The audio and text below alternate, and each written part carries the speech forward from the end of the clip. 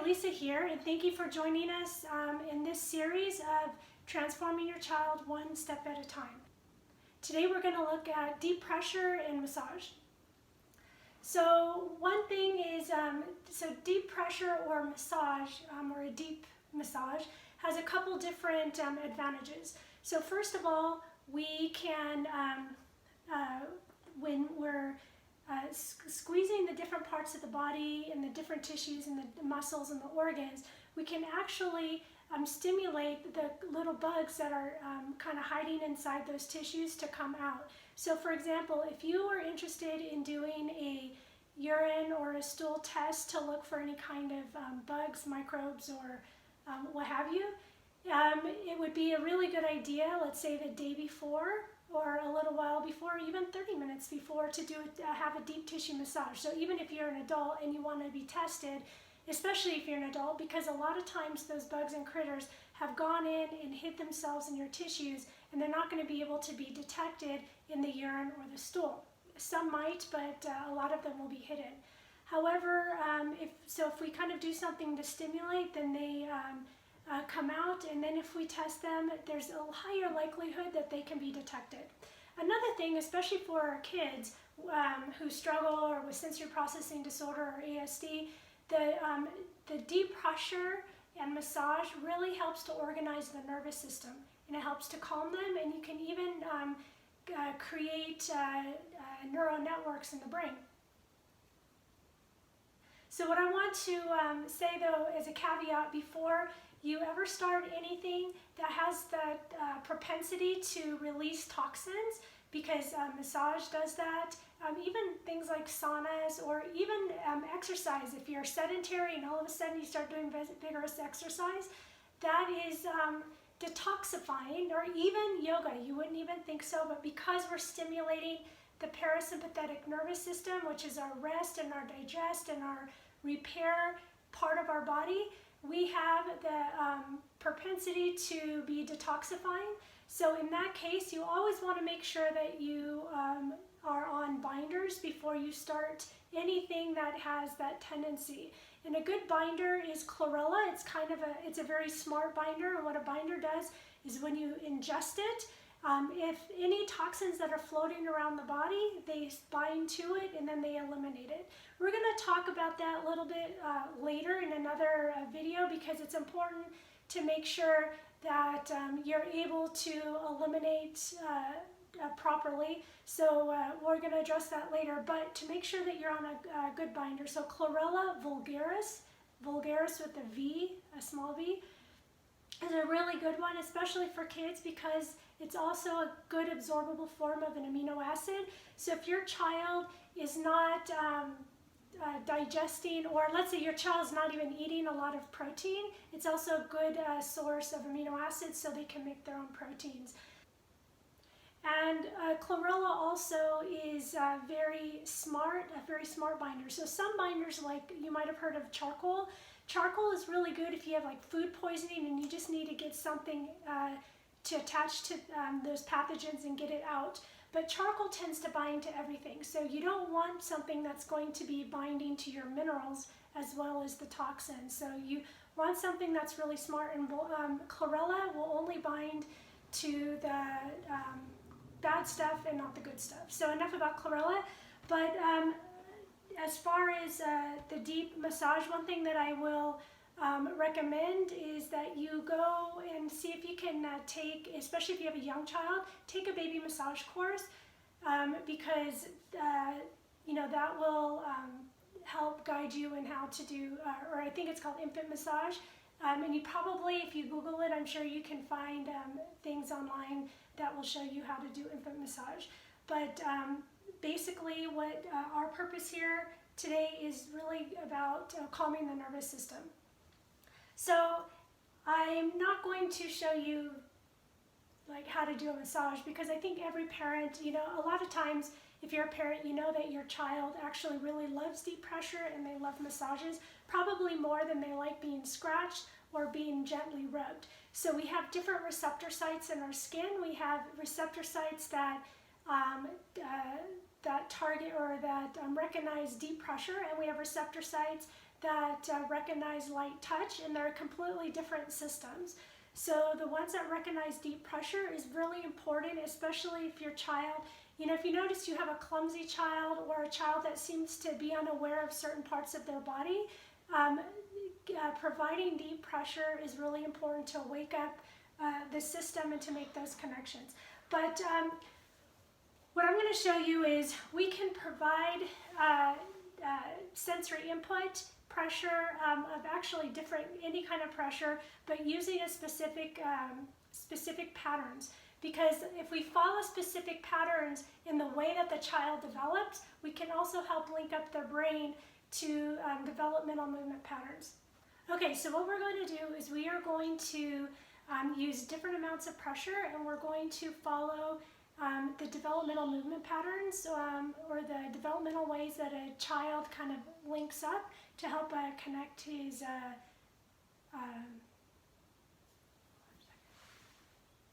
ready? I shouldn't start all the way over. No, you should start where you left off. Okay, well, we're gonna look different.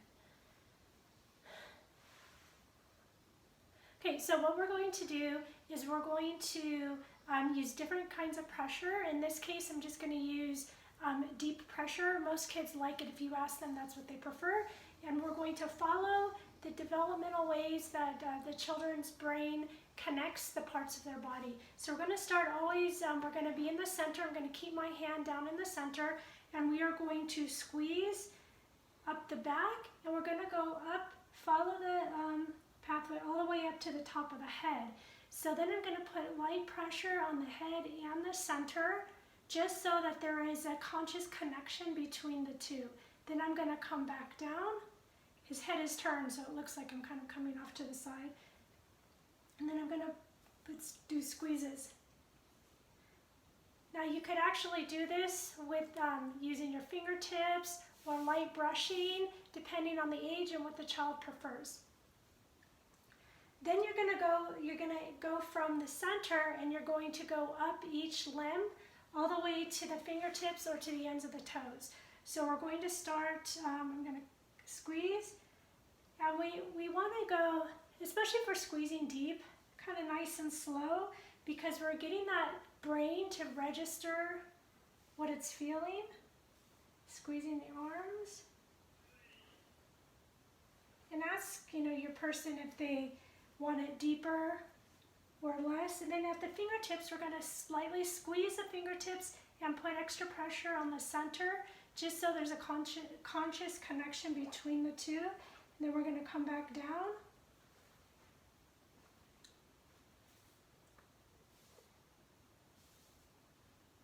And then we're going to go back to the center. You can do this same pattern up to 3 times, but for the time's sake, we're just going to go. And now we're going to go do the other arm. When I get to the shoulder, especially because he's small, I like to really grab and squeeze the whole arm.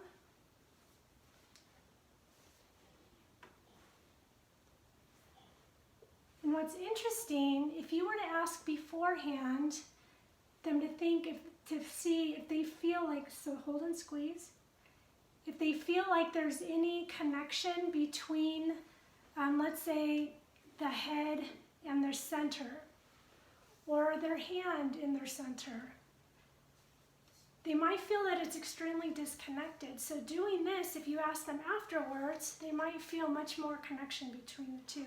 Now we're going to go down each limb, and we're going to go to the toes. And actually this one, you can almost see me. And hold the end of the toes and hold the center. And actually ask the client also to take deep breaths. One of the things we're stimulating is that parasympathetic nervous system, that rest and digest, and it should induce deep breathing, but consciously breathing is really important. Deep breathing helps.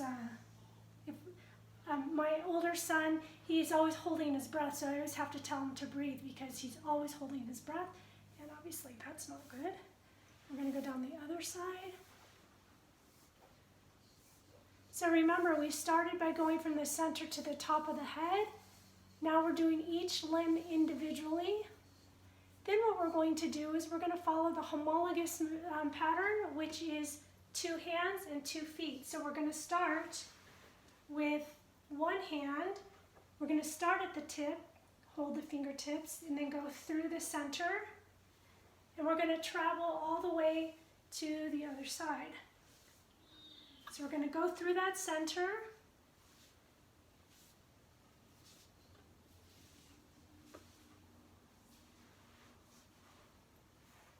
And we're going to go to the other side and hold it. And then we're going to go back.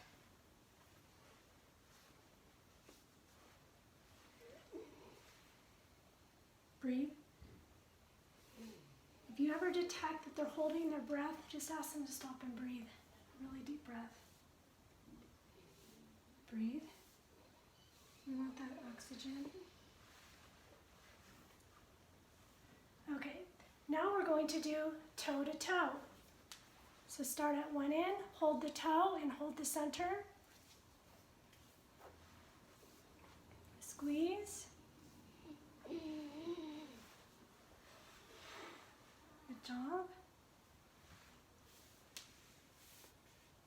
Squeeze.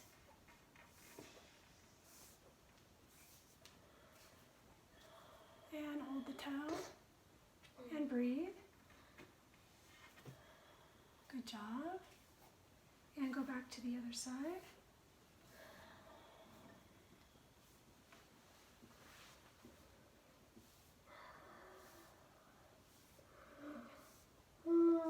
The next pattern is the homolateral pattern, which is one side. So we're going to start from the toe, go to the hand, and then come back, and then we'll do the other side.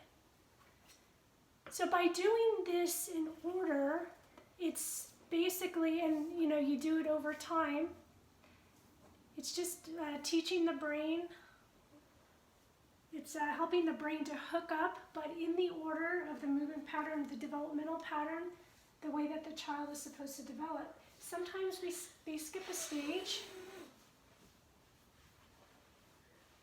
Sometimes they skip a stage, especially if they were crawled very little and they went straight to walking.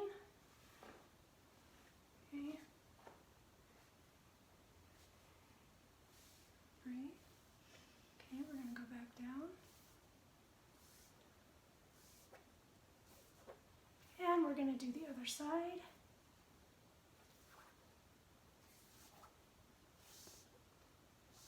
This hand is always here just to remind the body where their center is.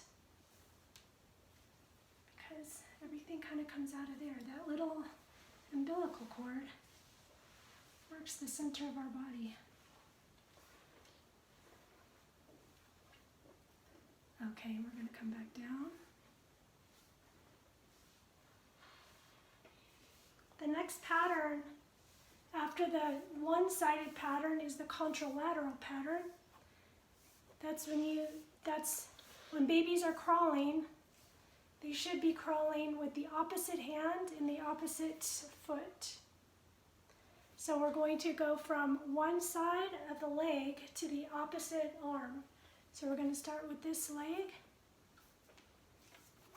Doesn't really matter where you start, but just start on one side. I always start where I leave off, it's easier. We're going to go through that middle and we're going to cross over to the other side. And we're going to go up to the fingertips and hold and breathe. Now, let's say you don't have a lot of time to do this, you can do brushing. Brushing goes a little bit faster. Where you're kind of doing this, it goes faster. So it depends what purpose, but you can still do that. You can do light brushing and the patterns. A lot of times you can do this and it'll put your child to sleep. Maybe the light brushing will put them to sleep a little bit easier. Oh, I came back up the same side. Well, I guess I did a little extra on this side. Now we're going to go to the next side. Squeeze.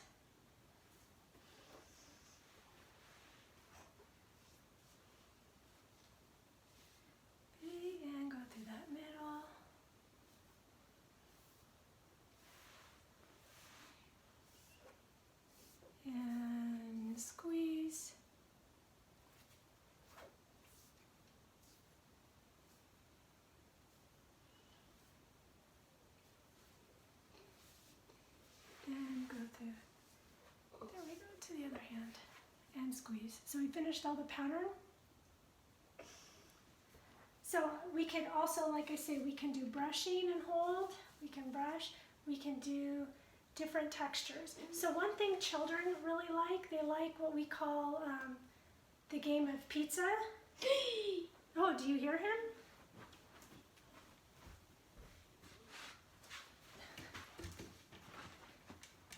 So I use either a tube like this.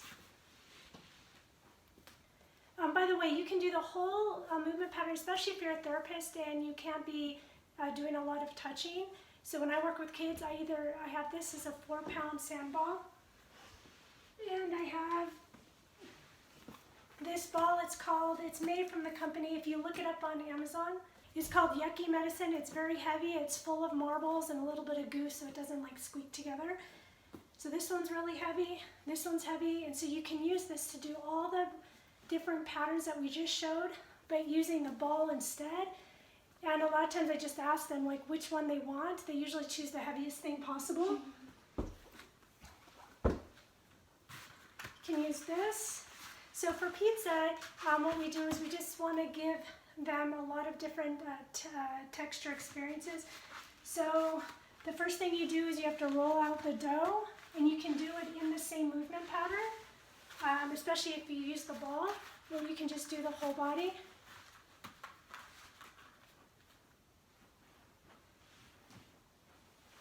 Dang. Okay. Hold on just a second. Especially if you do the whole body. And then the next thing that we do is we put on the sauce. So that's when I do this. So it's providing them one texture, and we do it in the movement patterns that we just showed you.